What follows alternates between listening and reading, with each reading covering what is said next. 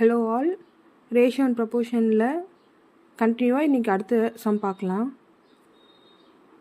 A certain amount of money was divided between x and y in the ratio 4:3.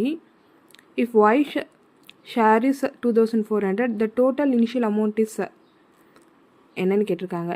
ஒரு குறிப்பிட்ட amount இருக்காங்க, அதை வந்து என்ன பண்ணுறாங்கன்னா டிவைட் பண்ணிக்கிறாங்க. எக்ஸும் ஒய்க்கும் குறிப்பிட்ட அமௌண்ட் வந்து டிவைட் பண்ணிக்கிறாங்க. எந்த ரேஷியோவில் டிவைட் பண்ணிக்கிறாங்க அப்படின்னா 4:3 அப்படின்ற ரேஷியோவில் டிவைட் பண்ணிக்கிறாங்க. அந்த மாதிரி டிவைட் பண்ணுறப்ப ஒய்யோட ஷேர் என்னவாக இருக்குன்னா 2400 இருக்குது.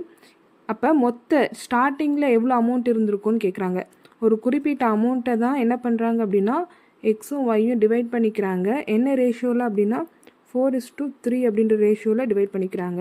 இதில் ஒய்யோட ஷேர் வந்து என்ன கொடுத்துட்டாங்க அப்படின்னா 2400.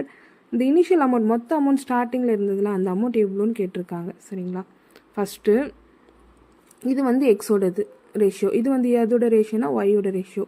இங்கே வந்து ரேஷியோவாக கொடுத்துருக்காங்களா, ரேஷியோலேருந்து எடுக்கிறப்ப இதுக்கு எவ்வளோ அமௌண்ட் வரும், இதோட பங்கு எவ்வளோ, இதோட பங்கு எவ்வளோ அப்படின்றது எப்படி எடுக்கணும்னா இது கூட ஒரு கான்ஸ்டண்ட்டை பெருக்கிக்கணும். அதே மாதிரி இப்போ ஒய்க்கு எவ்வளோ பங்குனா இது கூட ஒரு கான்ஸ்டண்ட்டை. அப்போ எக்ஸோட அமௌண்ட் எவ்வளோவா இருக்கும் அப்படின்னா அந்த ரேஷியோலேருந்து எடுங்க 4, இது கூட ஏதாவது ஒரு கான்ஸ்டண்ட்டை மல்டிப்ளை பண்ணிக்கிறோமா, அதான் என்னென்னா எக்ஸோட பங்காக இருக்கும். அப்போ எக்ஸுக்கு நம்ம என்ன எடுத்துக்கலாம் 4x அப்படின்னு எடுத்துக்கலாம். இப்போ ஒய்யோட பங்கு எவ்வளோ இருக்கும் அப்படின்னா 3, ரேஷியோவில் இருக்கப்போ 3, அந்த ரேஷியோலேருந்து எடுக்கிறப்ப என்ன ஆகும்னா அது கூட ஏதாவது ஒரு கான்ஸ்டண்ட்டை பெருக்கணும். அப்போ என்ன ஆகும் அப்படின்னா ஒய்யோட பங்கு வந்து 3x இருக்கும். சரிங்களா, ஒய் அப்புறம் கொஸ்டினில் ஏற்கனவே என்ன கொடுத்துட்டாங்க, ஒய்யோட ஷேர் எவ்வளோ அப்படின்னா 2400, அதையும் நம்ம எடுத்துக்கலாம். ஒய்யோட ஷேர் எவ்வளோ 2400.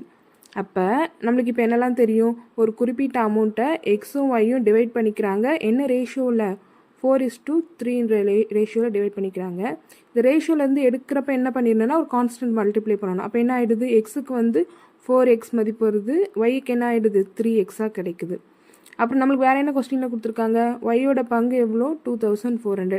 நம்ம இதிலேருந்து என்ன கண்டுபிடிச்சிடலாம் அப்படின்னா இந்த 3x தான் என்ன 2400 அப்படின்றது நம்ம தெரிஞ்சுக்கலாம். இந்த ஒய்யோட பங்கு எவ்வளோ கொடுத்துருக்காங்க 2400 கொடுத்துருக்காங்களா, அதுதான் என்ன அப்படின்னா இந்த 3x. ரேஷியோலேருந்து எடுத்தோம்னா 3x, இதுவும் என்னென்னா சமமாக இருக்கும். அப்போ நம்ம என்னென்னு எடுத்துக்கலாம் 3x = 2400 எடுத்துக்கலாமா. இதுலேருந்து என்ன பண்ணலாம், எக்ஸோட மதிப்பு கண்டுபிடிக்கணுமா. அப்போ என்ன பண்ணணும், 3 வந்து பெருக்கல்ல இருக்கா, வகுத்தலுக்கு கொண்டு வந்துடலாமா. அப்போ x = 2400 வகுத்தல் 3 வரும். நம்ம கேன்சல் பண்ண அடி கொடுத்தோம் அப்படின்னா 3ஆம் வாய்ப்பால் அடி கொடுத்தோம்னா மேலே வந்து 8 வரும், இந்த 2 0 அப்படி போட்டுக்கலாம். அப்போ எக்ஸோட மதிப்பு நம்மளுக்கு என்ன கிடைக்குதுன்னா 800. இந்த எக்ஸோட மதிப்பு நம்மளுக்கு ஏன் தேவை அப்படின்னா நம்மளுக்கு என்ன கேட்டிருக்காங்க, இந்த இனிஷியல் அமௌண்ட் தானே கேட்டிருக்காங்க.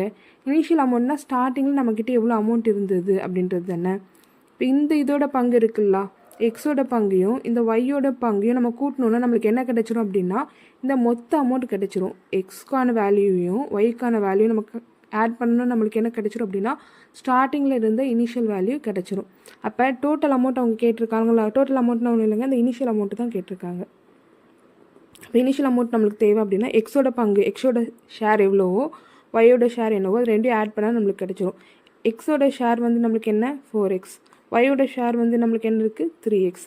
இப்போ 4 அப்படியே போட்டுக்கலாம். எக்ஸோட மதிப்பு வந்து என்ன 800 + 3 அப்படியே போட்டுக்கலாம். எக்ஸோட மதிப்பு என்ன 800 அதையும் போட்டுக்கலாம். இப்போ இது ரெண்டையும் பெருக்கினா என்ன வரும் அப்படின்னா 8 4 32, அப்புறம் 2 0 போட்டுக்கலாம். 8 3 24, 2 0 போட்டுக்கலாம். இப்போ ரெண்டையும் ஆட் பண்ணால் 5600 கிடைக்கும். அப்போ நம்மளோட இனிஷியல் அமௌண்ட் எவ்வளோ அப்படின்னா 5600.